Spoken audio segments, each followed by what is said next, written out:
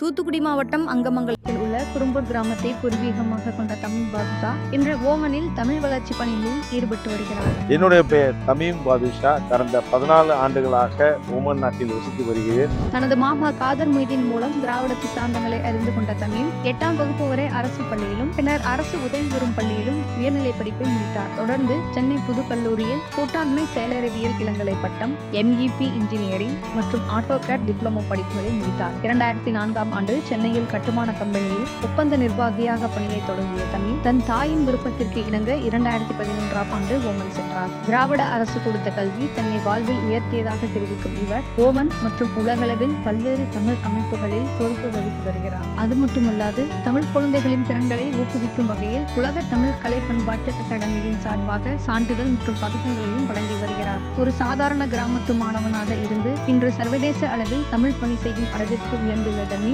திராவிட கொள்கையையும் தமிழ் அன்பையும் பரப்பும் ஒரு உன்னத உள்ளவர். பேரறிஞர் அண்ணா அவர்களின் பேச்சாலும் முத்தமிழறிஞர் கலைஞர் அவர்களின் எழுத்தாலும் திராவிடத்தில் ஈர்க்கப்பட்டேன்.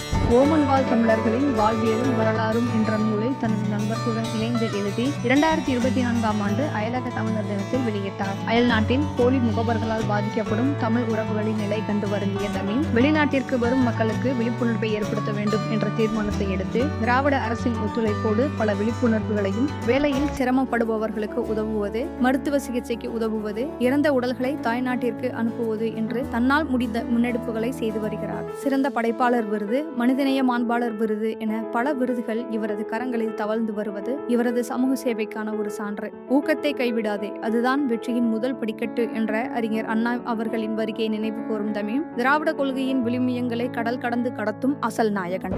திராவிடத்தால் நான்